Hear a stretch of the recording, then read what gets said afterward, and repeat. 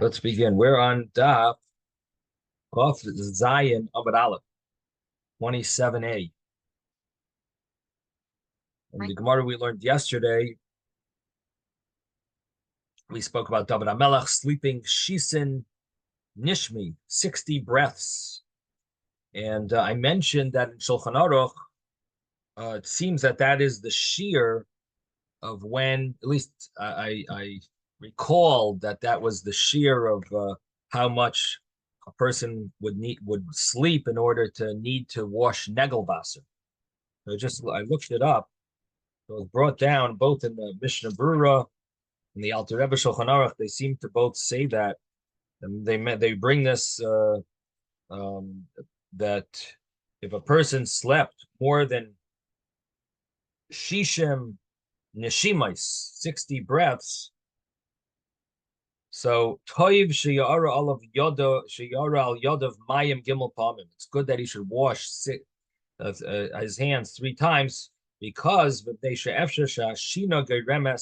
could be that sleep causes that a ruach ra, an evil spirit, will rest on person's hands, even if he sleeps by day. And then it brings down that David HaMelech would be careful not to sleep all night 60 neshimais ritzufim. He wouldn't sleep 60 breaths in a row. So if a person sleeps 60 breaths, that would be the measurement of washing. That person should wash Negelwasser. And I saw the Mishnah, that's the Alter Rebbe Shulchan Aruch. And Shavua also brings down, it seems like he says the same thing in chapter 4 about washing Negelwasser. He brings down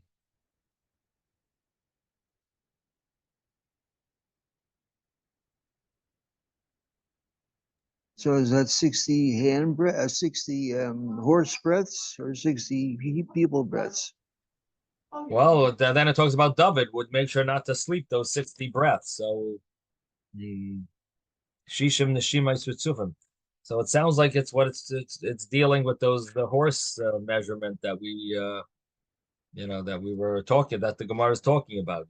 Shishim Neshimais Mishina Sasus. Shishim Nishmi, 60 breaths. That's the term used. So in the Mishnah Brura, he brings down that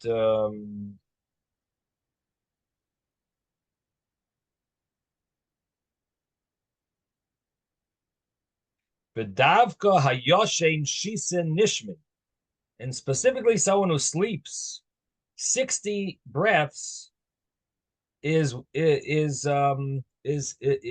reason to wash Negelwasser without, if you sleep that by day without a bracha.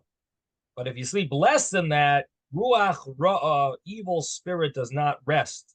Even balayla, even if a person sleeps like that at night, he wouldn't have a ruach ra'ah on his hands. It wouldn't have that evil spirit on his hands.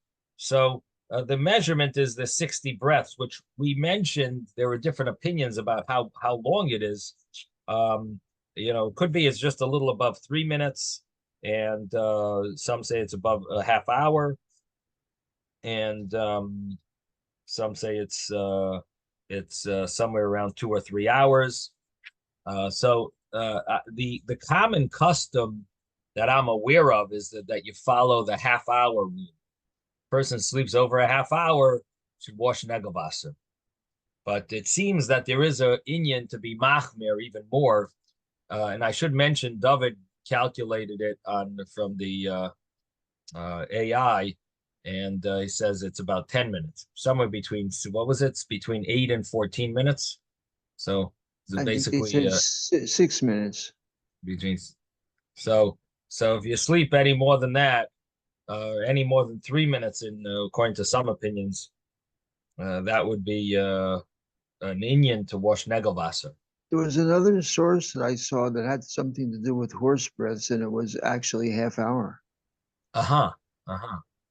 Okay, well I'll have to find that again. Yeah, that's interesting. You didn't send that to me, I don't think. No, let me look it up again. You Okay. keep some stuff for your own personal info. I don't want All to right. overload you.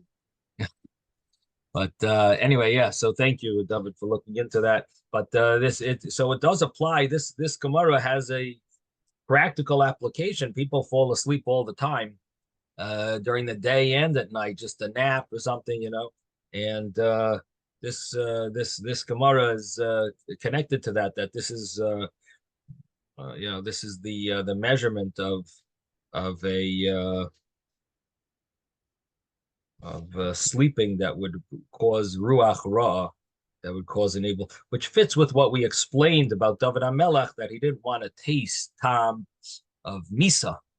He didn't want to taste. We mentioned yesterday that David HaMelech was careful not to, was trying to atone for the sin of Adam Arishon by not, Adam caused death to fall on the world. So David didn't want to have any death, didn't want to taste any death, was sort of like atoning for that. And therefore he never slept. And he made sure to wake up every few minutes. I guess it fits easier if you learn a half hour that he would wake up every half hour. Waking up every few minutes, I guess it'd be a lot harder. But I mean, even every half hour, I guess, is not easy. But anyway, that's the Gemara here about David HaMelech and about the pro. It says that it's also to sleep by day, or it's not. It's discouraged. And then we said that, but some rabbis did sleep. Abaye slept. It says,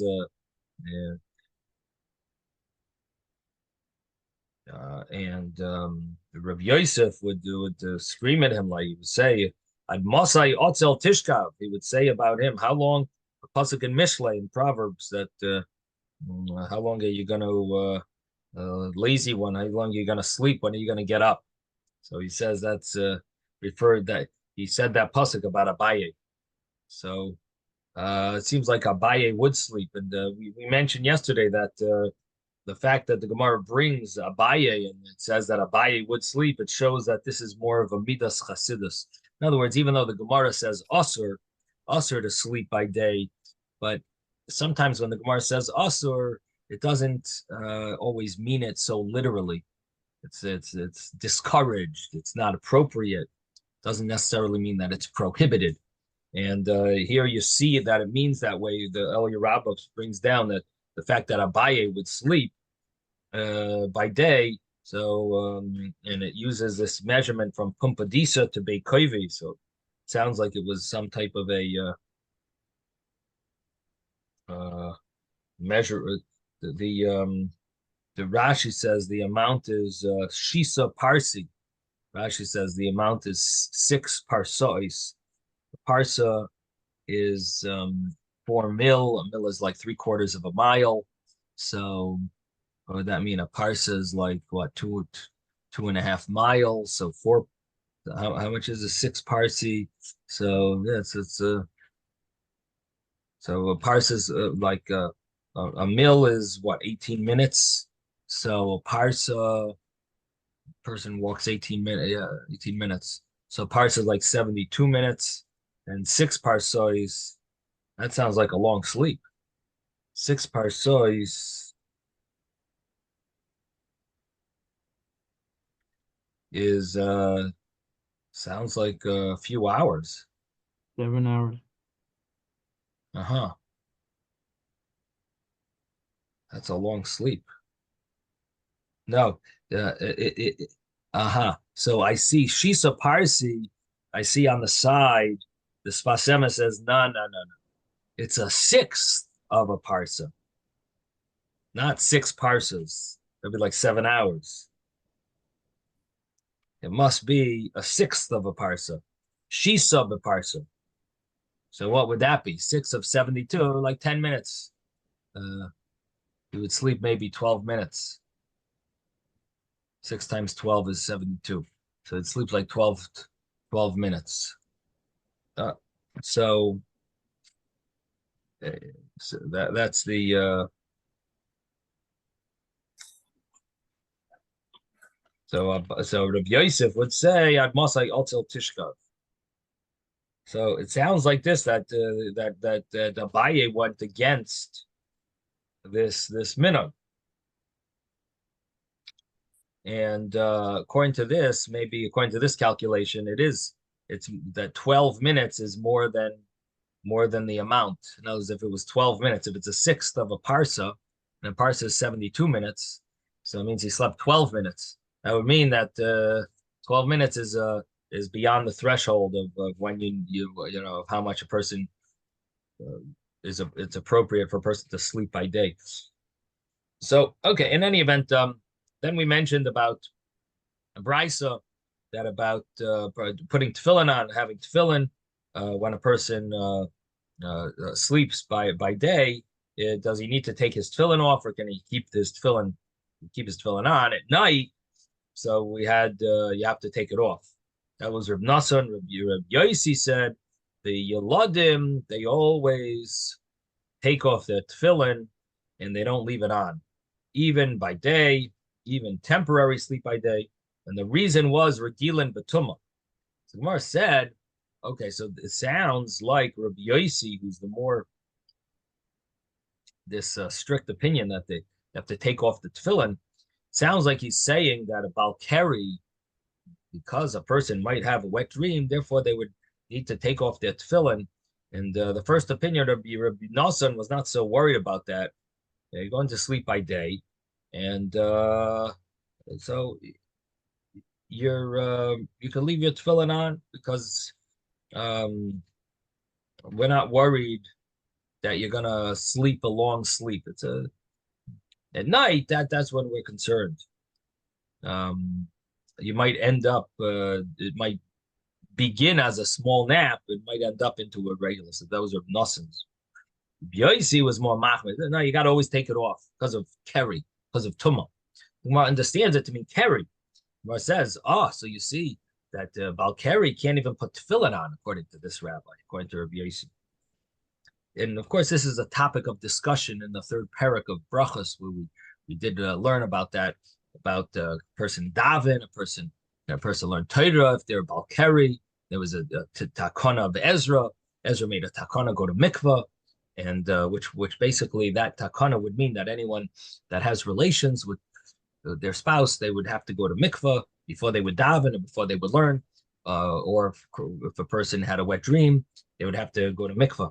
But the Gemara's conclusion over there in brachas is that the rabbis were there was a gzeira she'natzibu yichal lamed, but it never took effect. That decree didn't really it ended up not taking effect because just it didn't work.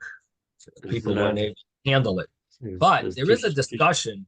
I'm sorry, what did you say, Victor? I'm just wondering if Tisha Kabin is enough like a shower, a normal shower. Yeah. Probably. So Tisha Kabin was also, but is it really an obligation, Tisha Kabin? In other words, Tisha Kabin was also an acceptable method of purifying oneself. But the thing is that doesn't seem like in Shulchan Aruch like it's a necessity. It's like a midas, it's an appropriate thing. It's a nice thing to do. Although there is a discussion if maybe the whole decree of Balkari could be that it was that it was nullified regarding learning Torah, but davening you do need to maybe do the Tisha Kabin or go to mikvah. So there is such a concept, there's such an opinion brought in Tosfos over there that maybe the Alter Rebbe brings it. I've seen in Kutei Torah that there is such a concept of differentiating that maybe a person should. So although in Shulchan Aruch, I don't think it's a necessity, but there's definitely an inyan that people either do Tisha Kabin, they can take a shower for a few minutes, or go to mikvah. But to say it's an obligation, I don't know if you could say that, but it's there is such an inyan, and there are such opinions that it is. There are opinions that's an obligation. There definitely is an inyan to go to mikvah or do Tisha Kabin. But here the Gemara wants to know, what about putting tefillin on? Person's about keri, maybe they shouldn't put tefillin on. And here the Gemara thought we might have a proof to that that this opinion of Rabbi Yossi, maybe he holds a certain way that the Balkari can't even put tefillin on. I said, no, we're not even dealing with that. We're dealing with a whole different thing over here. That the Bachrim don't mean Bachrim. They mean married, young married people. And what we're dealing with is that they're married, and we're afraid that if they go to sleep with their tefillin on, they might end up being with their spouses, and would be a bizayon, a disgrace for the tefillin, and it just wouldn't be appropriate. So therefore, according to Rabbi Yossi, young married people have to take off their tefillin, even if they're taking a temporary nap by day. They have to take off their tefillin. Yes, David. Okay, so I found that. So it says the Talmud refers to 60 horse breaths as a unique measure of time in Talmudic context. According to traditional interpretations, the duration of 60 horse breaths is generally understood to be the equivalent to around 6 minutes. This timing is based on the average breathing rate of a horse, which is about 10 breaths per minute. Now then they mention this 30 minutes. It says, since they typically have short periods of deep sleep known as REM, rapid eye movement sleep, they can have several of these rapid eye movement sleep episodes through the day and night, which totals 30 minutes of deep sleep within the 24-hour period. So there's the mention of 30 minutes. Uh-huh. That is very interesting. Very interesting, which would mean if we were going to understand those opinions that say that shisim nishmi means a half hour. So what that would mean would be the amount of time that the horse sleeps by day in a more deep sleep adds up to 30 minutes. Is that basically it? Yeah. It would add up to that.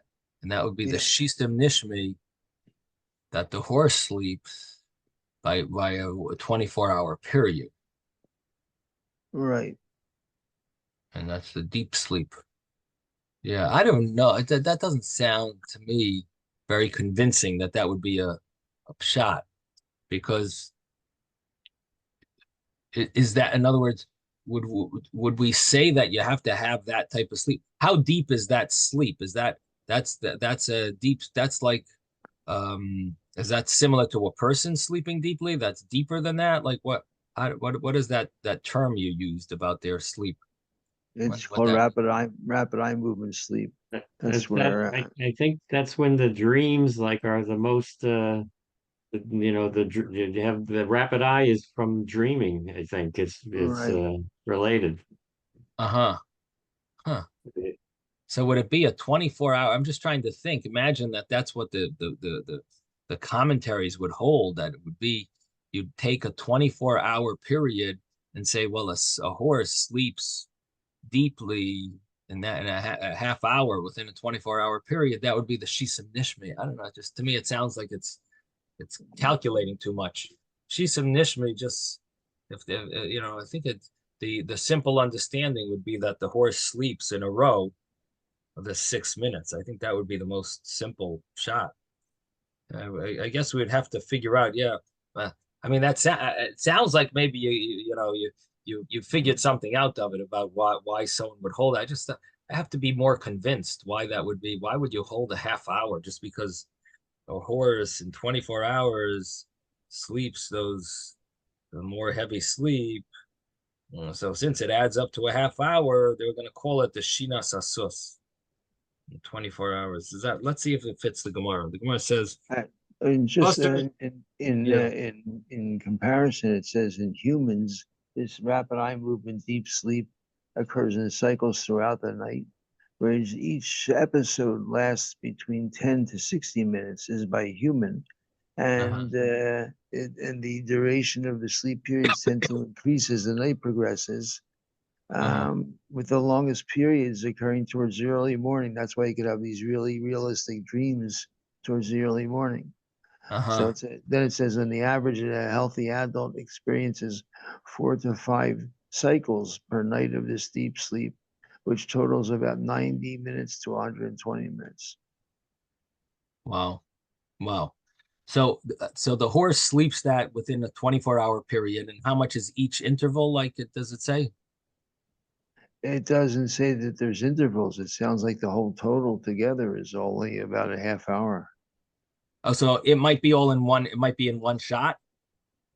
I'm not sure. It tends to say it's like 6 minutes. So maybe it is in episodes, but it sounds like it's a total of 30 minutes in 24 hours.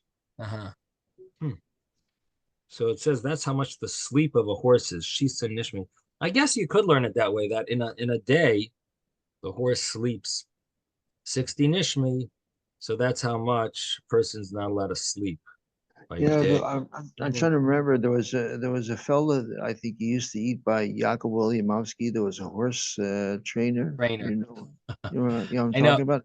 I don't know From anyone guy. here. I know someone who was a horse trainer, actually. Oh. Uh-huh. It was a from guy, and it was like his Yeah. specialty was horses. Uh-huh. How many years ago are you going back? Just a few years ago, I used to eat by him on Shabbos and Yom sometimes, Uh-huh. Uh-huh. and he had this Horse trainer? semi-regular horse trainer guest for Shabbos and Yom. Mm. Anyway, I He used to may know someone he, who was a horse trainer. he Okay. may still he may still eat by him. I've just been out of Right. circulation for 4 Uh-huh. years. All right. Anyway, let's continue. So we have these different opinions of how much the horse sleeps, and okay, getting back to the Gemara that we were learning. So we have a brisa, the Gemara right before the Mishnah on page 26a, 26b, excuse me, 26b, the Gemara right before the Mishnah. It had a brisa. It said, person forgot, and he was having relations while wearing his tefillin. So then it says he's not allowed to even hold the tefillin by the straps, not by the katzitza, and not by the straps. He has to first wash his hands, and then he can take the tefillin off, because his hands are askanias. Askanias means they touch things, but the Gemara's understanding here, at least the commentaries explain it, is that the hands probably are have semen on the hands, and it's basically even if it's dry, it's not appropriate, and and and therefore they're not allowed to touch the tefillin with those hands.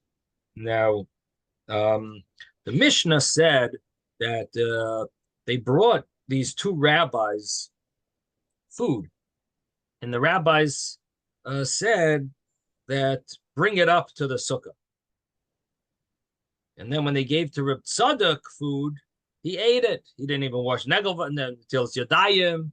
He didn't make a bracha until it's yadayim. He didn't bench. He just ate it. So the Gemara asks, so what's the story here? First of all, it's a contradiction to the previous Mishnah, because the previous Mishnah says that you're allowed to eat snacks outside the sukkah. And here you got Rabbi Yochanan ben Zakkai, Rabbi Gamliel, eating in the sukkah, being so machmir, telling the guy, bring it up, we'll come after him. So Right. Why does they take them up to the sukkah? Sounds like the sukkah's in a tree or something. Yeah, so I mentioned yesterday that in the olden days, at least at the time of the Mishnah, the custom was to have it on the roof. So that's why it says take them up. So anyway, so the Gemara asks, it seems a contradiction. The Mishnah said you're allowed to eat a snack outside the sukkah, and here you have these rabbis making the shamish go bring up the stuff to the sukkah, and then they're going to go up to the sukkah. The Gemara says it's really, you have to understand the Mishnah as if there was more this between the lines. There's more stuff going on. That according to halacha, snack you're allowed to eat outside the sukkah. But if a person wants to be machmir, be strict, he's allowed to. You're allowed to be strict. And we don't have to worry that a person is having this religious arrogance. We're not afraid of this, that it's going to look like he's showing off his religious activities. You are right. We're not worried about that. Therefore, the Gemara says that these rabbis when they were offered food, they said, "Yeah, let's." Even though it's a snack, they said, "Let's eat it in the sukkah." Who would the? This is Rabbi Yochanan ben Zakkai. He ate this tavshil, a dish, a cooked dish, and Rabbi Gamliel ate. And it doesn't say he ate the cooked dish. It was to taste, litoy, taste this cooked dish. And Rabbi Gamliel, they brought him these two kaisavos, these two dates, and a delishal mayim, a pitcher of water, and he still went and ate in the sukkah. No, it is interesting. Dates are one of those things that it says actually fills someone up. So it does have an element of like it's brought in Gemara Brachos, and I think there's an opinion that says that if a person made a berachas hamazon on dates, he would be yotze maybe. And there's an opinion that's there is an opinion that says that if you make kiddush and you have dates, it's called kiddush b'makam suda, because dates are filling. There's a Gemara Bracha somewhere that in the sixth parak that says that dates are filling, and based on that Gemara, they want to say it's brought in. I believe it's the Pri Megadim brings down that your yotze kiddush b'makam suda can be yotze kiddush, and a kiddush is normally not supposed. You're not yotze kiddush if you listen to kiddush. You didn't fulfill the mitzvah if you didn't eat a meal. What consists of a meal? So 4 ounces of wine is a meal. The mezainos, kazayas of mezainos is a meal, and according to the Gemara there, and according to the way the commentaries understand it, even dates could be considered a meal if it's a kazayas. I thought it's two. I thought it's 2 revius of kiddush. No, the kiddush. If you drink the kiddush wine, that's not enough. You need a meal after the kiddush wine. What does a meal consist of after you finished your kiddush wine? Whatever you drink for kiddush, besides that, as long as you have 1 cup of wine afterwards, you're yotze kiddush. So it's not that you need 2 cups of wine afterwards. You need 1 cup. Now, if you drink kiddush wine, it's not good enough. It's whatever you drink. It's a total. Yeah, but you don't need to necessarily. You could not drink any kiddush and just have wine afterwards. If someone else made kiddush and you didn't drink anything, and you just have wine afterwards, you could be yotze with 1. Or if you drank a little sip of kiddush and you drank a little tiny amount, you could be yotze. But you need to have a meal afterwards. So I'm mentioning it only because this Mishnah talking about the dates and that he was machmir to go up for dates. And now I didn't see any commentaries about this, but I'm just mentioning that is interesting because dates does have an element of like a you get filled from dates. Yes, Mordechai. Yeah, isn't there a Gemara elsewhere about one of the rabbis found this great deal on dates? In other words, they were very cheap, and then he overate on them, and then he said that it was whatever he called it before. He now called it knives. Like now 1,000 knives for a dinar. Right. I think it can cause. I've heard it can cause diabetes if you go, crazy on dates, and that's all you eat. The sugar from the dates is too much for your body to process. So yeah. I don't remember where that. Why does it say 2 dates in a bucket of water? What does he need a bucket of water for? That was the story. I guess they didn't want to change it to make it sound better. That was the story. It was the picture. Maybe it was a hot day. It was a hot day in Baghdad somewhere or whatever. Yeah. Sounds like the name of a book. A hot day in Baghdad. So the Gemara says that's the story there was that they were machmir, they were extra strict, and the law is you're allowed to be extra strict. They wanted to be extra strict, and they said, let's go to the sukkah and eat it in the sukkah. Now the question I asked yesterday was, but all of a sudden, like how do we differentiate between when you're allowed to have this religious arrogance and when you're not? And in other words, here they're being machmir and there's no problem. But when a person eats of the sukkah when it rains, it's considered inappropriate, at least according to halacha. There, it seems like it's not appropriate. So, commentaries they grapple with this the difference. But basically, it seems that when a person eats in the sukkah, so it's unclear they plan on eating as a permanent meal, as a temporary meal. Well, what they're expecting. So because of that, it's not that so surprising. A person eating in the sukkah, it doesn't show as if they're being extra machmir, because it could be that they're eating a meal. Maybe even the dates of the preparation for the meal that's supposed to come. So it's not necessarily that they're being so machmir and that they're showing off. It's not obvious. But when you see the rain, then you know that they're totally exempt. And there is such a concept of not a person who eats in the rain. It's called he's called, what does it say? He's Hareza Hedyot. He's like just a simpleton. Okay, so that seems to be that's the discussion over there, at least. So now the Gemara then mentions about Reb Tzadok, and I believe this Reb Tzadok was the rabbi who fasted, right, for that there shouldn't be the Churban, and so we're dealing with a very holy fasting. When the Churban took place, he had to suck on certain figs in order to get his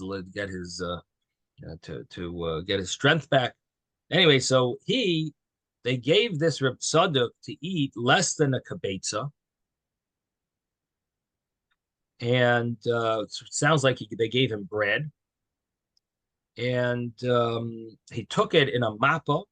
In other words, he didn't touch it. He didn't want to touch it, but he ate it outside the sukkah, and he didn't make a bracha achroin. So the Gemara says, what would happen if this was the size of a kibetza, if it was the size of an egg? What would happen then? Would you then be obligated in a sukkah? It sounds like yes. So the Gemara says, it sounds like it proves wrong. Rav Yosef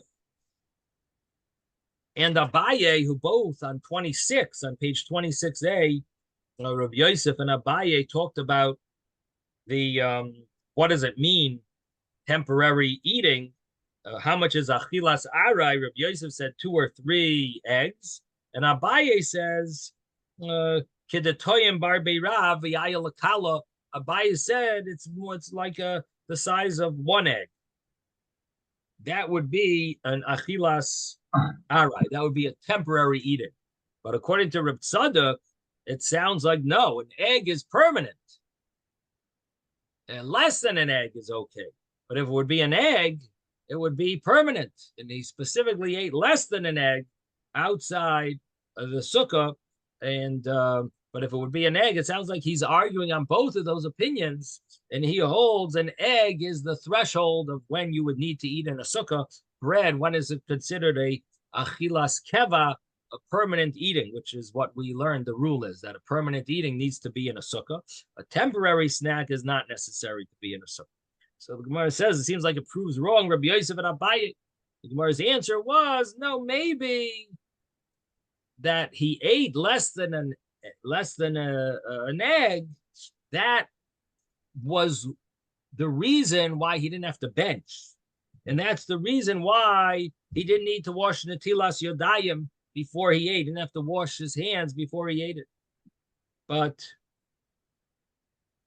if it would be an egg size, he would have needed to wash netilas yodayim, and he would have also needed to make a bracha achroina, to do an after bracha for eating this amount. But the actual obligation eating in a sukkah, maybe he still would have been exempt. So there's a reason why it says less than an egg.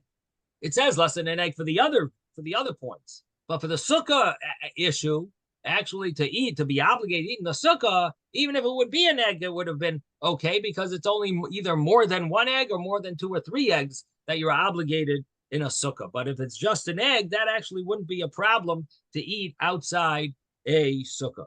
So that was the Gemara's answer to the story of Reb Tzadok. So the question is, like, we don't. Where is Reb Tzadok coming from with all of these new halachas?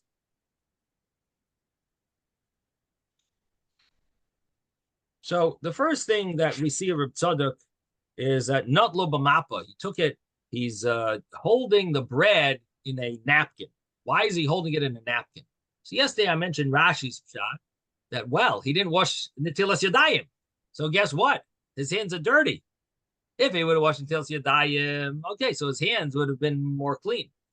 But he didn't even wash Netilas Yadayim. His hands are dirty. He doesn't want to touch it. So it's for Nikias purposes, for cleanliness purposes. Now he holds that less than a kabetza, you don't need Netilas Yadayim, and therefore he was exempt from washing Netilas Yadayim, but he didn't want to touch it because of the cleanliness purposes. So therefore he wrapped it in a napkin. Now, first of all, that is an important halacha to know. A lot of people are not aware of this. If you don't plan on having too much bread for your meal, you might be exempt from making a bracha al netilas yadayim. Now, we wash, even if you have less than a kabetza of bread, you do have to wash netilas yadayim, but you don't say a bracha. How much do you need bread in order to bench? A kazayas.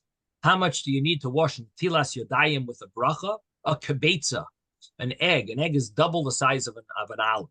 An olive is enough to bench. But to say a bracha al netilas yadayim for washing, you need actually the size of, you need more than the size to bench. You need to double that in order to wash al netilas yadayim. So people who are like gluten-free or they're limited, they're on these diets and so on. So, and they want to bench, okay, but you might not, so you eat enough to bench, let's say like, half a slice of rye bread or something, you're eating a small amount, half a matzah, a quarter of, let's say a half a matzah, a square matzah, half a square matzah is probably less than a kabetza. Maybe 3/4 of a square matzah is a kabetza. So if you're only having, let's say, a half of square matzah, you probably are exempt from saying the bracha al netilas yadayim on your matzah, and you'll have to bench, but you wouldn't have to say al netilas yadayim. You have to wash. Now, Reb Tzadok was following a more strict view, following a different opinion. Reb Tzadok held that if you don't have to say the bracha al netilas yadayim, you don't have to wash either, and less than a kabetza, less than the size of an egg, you don't even have to wash al netilas yadayim. That's why he didn't wash his hands, but he wrapped it. Now wrapped it. Rashi is learning that it was for cleanliness purposes. Tosfos says no. Tosfos says that Reb Tzadok was a kohen, and Reb Tzadok was very careful to eat even regular bread that wasn't truma. He was careful to eat it with holiness, with purity. It's like the story in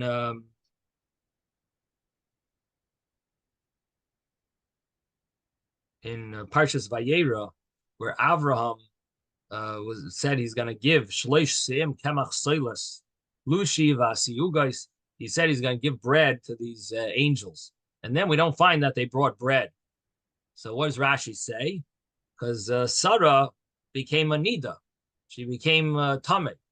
So everything became impure. So the question is, what do you mean impure? What women that need they can't bake, they can't cook. So the thing is that Avram was machmir. He was careful to only eat things that are pure. That there's such a chumrah nowadays. You don't have such a thing. But in the time of the kodshim of holies, the time of Beis Hamikdash, the time. So there were times people would be careful that they only ate things that were pure, that didn't have any tumah. Even a woman who's a nida, they were careful not to eat anything that was like tamei for truma or for kodshim. So here also, the Gemara here is talking about Reb Tzadok. Tzadok was careful to eat even things that were mundane. They said, they weren't holies. Nevertheless, he was careful that he would only eat it with the purity of truma, as if it's truma. Now, how do you eat something that's with purity of truma? You're not allowed to touch it because your hands are called shniyos. They're considered to be a number 2 of tuma. There's four levels of tuma. There's a recipient number 1, recipient number 2, recipient number 3, and recipient number 4. And the truth is,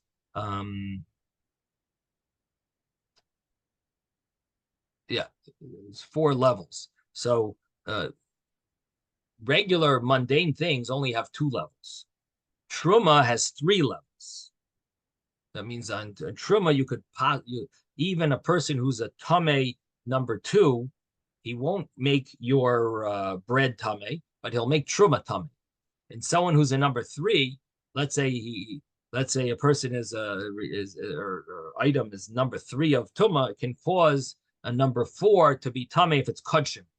There's different levels of tuma. Of course, it's not so exciting, these laws. But anyway, bottom line is that Tzadok was careful to cover his hands or to cover the bread with a napkin because he didn't want to make it tameh, and then he himself would not be allowed to eat, even though his hands are tameh, but he's eating. He was careful to only eat things that are tahor.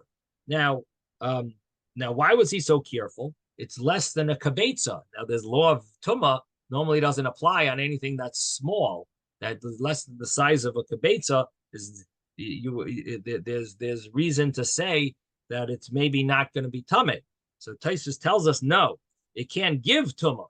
It can't make something tameh if it's less than the size of a kabetza, but it can receive tumah. And therefore, Reb Tzadok was careful not to touch the bread because the bread could become impure, not impure for mundane things, but the impure from the level of purity of truma, which is what he was careful to eat his chulin, even his mundane things called chulin. He was careful to eat that with the purity of truma, and especially because he was a kohen, so he was extra machmer. And so that's the understanding according to Taisus of why he was not like b'mapa. He took the bread with a napkin, and now he also didn't say a bracha achreina. Bracha achreina the question is, when are you obligated bracha achreina to recite the after bracha? It's based on the fact that it could be that the bracha achreina is on a kazayas, or it could be it's on a kabetza. And the pasuk says ve'echalta v'savata. Question is, what does v'savata mean? V'savata could mean drink, so you should eat, you drink, and you bench, or it could mean satisfaction, food that could be satisfying. So if it means food that could be satisfying, then that would mean a kabetza, which would mean that only when you eat a kabetza are you obligated to bench. Now, we don't hold this way, but Reb Tzadok paskin this way. Reb Tzadok held that when you have a kabetza of bread and egg, that's when you have to bench. If you have less than that, you don't have to bench. You have to say a bracha rishona, you have to say a moitzi, but you don't have to bench. So he held you didn't have to wash because it's not a kabetza. You didn't have to bench because it's not a kabetza. And you do have to cover your hands. He had to cover his hands because he was machmer not to eat anything that's tameh, and his hands would have made this bread tameh if he touched it. Why would it make it tameh? Because he's called the number 2 recipient of tumah, because hands are called the number 2 of tumah. And number 2 can make a number 3 when it's truma, it can make it tameh. Something's truma, it can make it tameh. Even a number 2 of chulin, which is his hands, they could cause a number 3 to be tameh if it's truma. And he was careful to eat his mundane things as if they were truma. So that would mean that even a hands could make tameh bread. And so he was careful to take it only with and 4 if it's a carbon. If it's kudshim, right? Kudshim. Yeah, correct. Thank you, Doug. Thank you, Isaac. Okay. So that's the end of this piece of Gemara, and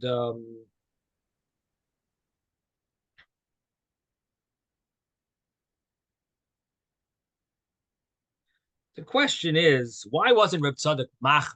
That's really the question. All the other rabbis were careful; they were machmir to eat in the sukkah. In fact, in Shulchan Aruch, it does bring down such a concept that it's a tavayal of bracha, a person who brings even drinks water in the sukkah, is careful to drink water, that receives a blessing.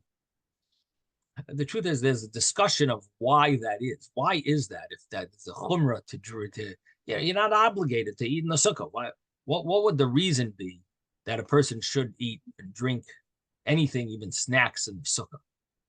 So one way of looking at it is that it's more of a protection, that you don't end up eating something that you're obligated to eat in the sukkah. You don't end up eating it out of the sukkah. So if you're careful to eat everything in the sukkah, it's almost like a protection that you'll eat what you need to. You'll make sure to eat in the sukkah. Now, this person could make a mistake, and he's snacking, and even a small sandwich you'd be theoretically allowed to eat outside the sukkah. If it's less than a kibetza, right? And so, or if even a kibetza, according to what we learned before, we'll have to see Shulchan Aruch what it says. But according to the opinions on page 26a, even a kibetza you're allowed to eat outside the sukkah. It's only when it's more than a kibetza, or two or three kibetzim, that's when you would have to eat in the sukkah. So it would seem that you could easily make a mistake. So therefore, there's a reason to always be careful to eat in the sukkah. That would be one way of looking at it. I don't believe that that's the commonly accepted understanding. I believe the common understanding is the other pshat, and that is that even though you're exempt from sitting in the sukkah for each of these food items, but when you eat it in the sukkah, you are fulfilling a mitzvah. Just that the Torah didn't obligate you in being matriach you, to bother you, to that you would need to bring everything into the sukkah.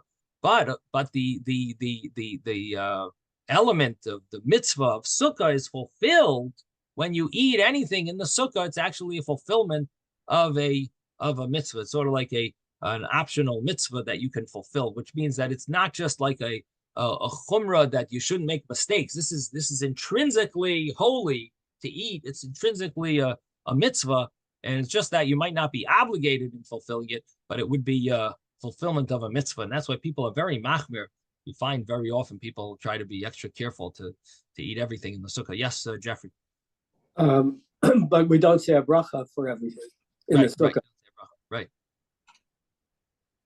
Right. You don't say a bracha. It's not a. So it seems like those are the cases that when someone ate outside the sukkah, was because he wouldn't be able to fulfill the mitzvah of sukkah if he sat in it and ate it anyhow. So you want to say the reason why Reb Tzadok didn't bring his stuff to the sukkah is because he held that there's no mitzvah at all in doing it. The other rabbis held there's a mitzvah, but Reb Tzadok held there's no mitzvah. Yeah, that's one way of looking at it. Yes, Victor. So could it be that it's before Hoshana Rabbah, and even though during the Aseret Yemei Teshuvah we still have the final seal is coming on Hoshana Rabbah, that's from Yom Kippur, that we still want to do things above and beyond, so that when Hashem will judge the final stamp, that we'll have an extra zechut that maybe it can help us for the year. So it's almost like Hashem gave us bonus extra credit options, and maybe Reb Tzadok didn't need those, but wow. The commentaries mention the commentaries talk about it, like why did Reb Tzadok? We see Reb Yochanan ben Zakkai was machmir, Rabbi Gamliel was machmir. All of a sudden Reb Tzadok, it's okay, I can eat over here. And now so what do they say? So they say that he was nervous. People will see him eating in the sukkah. They're going to end up making a mistake. They have to say a bracha even on eating that small amount. So he didn't want people to make such a mistake and make a bracha l'batola. So that's one of the explanations that's given. Another explanation is that he was choishish because of Yuara, meaning that even though our Gemara says you don't have to be worried about Yuara, about showing off, but he felt that it's an element of Yuara, it's an element of showing off that he's running to a sukkah. So he felt that that it's not appropriate. Meaning, even though our Mishnah mentions the opinion of Rabbi Yochanan ben Zakkai and Rabbi Gamliel that you're allowed to, and but Reb Tzadok held that it's not true. And Reb Tzadok held you're not supposed to go extra with regard to sukkah because it is choishish for you. So those are two ways of understanding the reason why Reb Tzadok did not go up to the sukkah. Okay.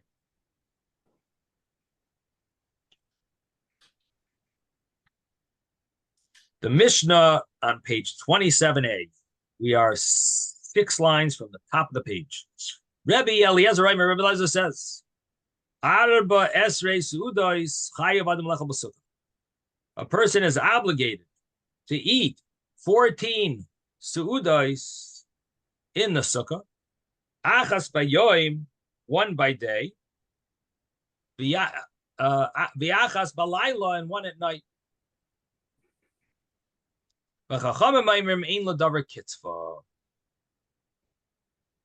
the rabbis say there's no limit. There's no specific amount. You're not obligated in being kaveh su'uda on the days of Sukkot. Chutz mileila yom tov rishon shel chag bilvad, except the night of the first day of Yom Tov, meaning the first night. That would be the only time that one is obligated to be kaveh suda on bread, and that would be a obligation. The others, one would not be obligated. And Rashi adds in the words, "Ein ladavar kitzvah." There's no set rule. If you want to fast, ein anu zakukin light. We don't, we're not obligated to help him. He can fast. If he eats, he can't eat outside the sukkah. But it's not like he's obligated eating. He fasts. And the first night of Yom Tov, there you're not allowed to fast. Then the Mishnah says, Rabbi Eliezer, and furthermore, Rabbi Eliezer says, the person who didn't eat, Leila Yom Tov Rishon, the night of the first day, meaning the first night, Yashlim Leila Yom Tov Achron Shel Chag, he should do a tashlumin, he should do a makeup. He should do a makeup on the night of Shmini Atzeres, even though he's not going to be in the sukkah. He has to do a makeup. The rabbis say, Ein ladavar tashlum. There is no makeup. There are certain things that you don't get a makeup for. You get makeups for many things, but not for this. The Alzen Emar, and on this it says, a pasuk in Ecclesiastes, this is a crookedness that you can't fix. The chesroin and the missing out, lo yuchal lehimanis, you can't be counted in. And this is the Mishnah. Of course, the Gemara is going to have a lot to explain over here. One of the questions that's asked on the Mishnah is Rabbi Eliezer says there's 14 meals that a person has to eat on Yom Tov, which basically means, according to Rabbi Eliezer, you're obligated to eat a night meal and a day meal, even on Chol Hamoed. And the only question is, what about Shalosh Shudas? What about Shalosh Shudas? One of the days, if Sukkot is 7 days, so how do you have 14 meals? You would need to have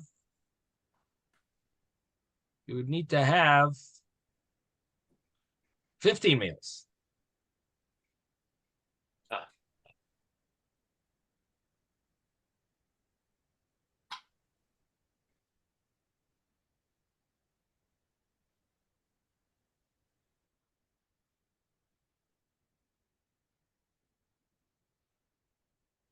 So this is a question. So one of the commentaries says, well, we're not dealing with obligations of Shabbos. We're dealing with obligations of Sukkah. So Yitaka would have to have a 15th meal. But the 15th meal is chayiv from coming from a different angle. It's coming from the Shabbos angle. Now, that's where it's the source of that obligation is a Shabbos obligation. Okay, you can't eat outside the Sukkah, fine. But the obligation of Sukkah is 14. It's coming from the Sukkah's rules. You need to eat 14 meals in the Sukkah. At least that's one way of answering the question. Is there some people, they don't, let's say, they don't wash for a Sudash Lishit. They had enough from lunch. They eat, minimal amount. Like fruit or whatever, or a little piece of fish. Right. And seemingly that could be an enough. answer. Yeah, because in Shulchan Aruch it mentions a lot of Heterim for especially when you have that Shabbat that's Erev Pesach, and right now you're gonna have Sudash Lishit. What are you gonna eat? You can't have matzah, right? Because right. Right. But this is not Pesach. This is Sukkot. No, but you could derive from that Sudash Lishit. If that Sudash Lishit was mutar, then you could derive that maybe you could do it. No. In other words, I don't think it's because they made an exclusion for Erev Pesach. They're saying that can be. I think they did because of the problem with matzah and bread. So that's the reason why they did what they said what they said. In other words, Victor is saying that maybe the source of the leniency is Shal Shudas. You see the fact that on Erev Pesach you'd be allowed to. It's a good source. That's like the source is lenient. I don't know if that's correct. It could be. It's an interesting proof. How else would you end up eating a meal? You can't if you could have gebrachs, then it's no problem. Because you could eat a meal on Zaynos and make hamoitzi if you eat enough. And so gebrachs, if you have gebrachs, then you have no problem. Whoa. Tasting matzah? No, but you're not tasting matzah. It's matzah meal already in the Mazona, right? I don't know. Yeah, I don't know if that's a problem if you have matzah meal inside a cookie. I don't know. That's a good point. But I doubt that would be part of the prohibition of eating matzah on Erev Pesach. So I guess you would be able to have hamaitzi. Yes, I have to look into that. That's a good point, Victor. Is there a problem of eating matzah meal on Erev Pesach if it's inside if it's in a cookie? Yes, Jeffrey. I know. We had in graduate school we had to ask these questions. And we were told that because we had to feed the students, and we had to make sure that they had their meals, so that we were told it was not a problem. Oh, you mean so you asked this, Shaila? Yes.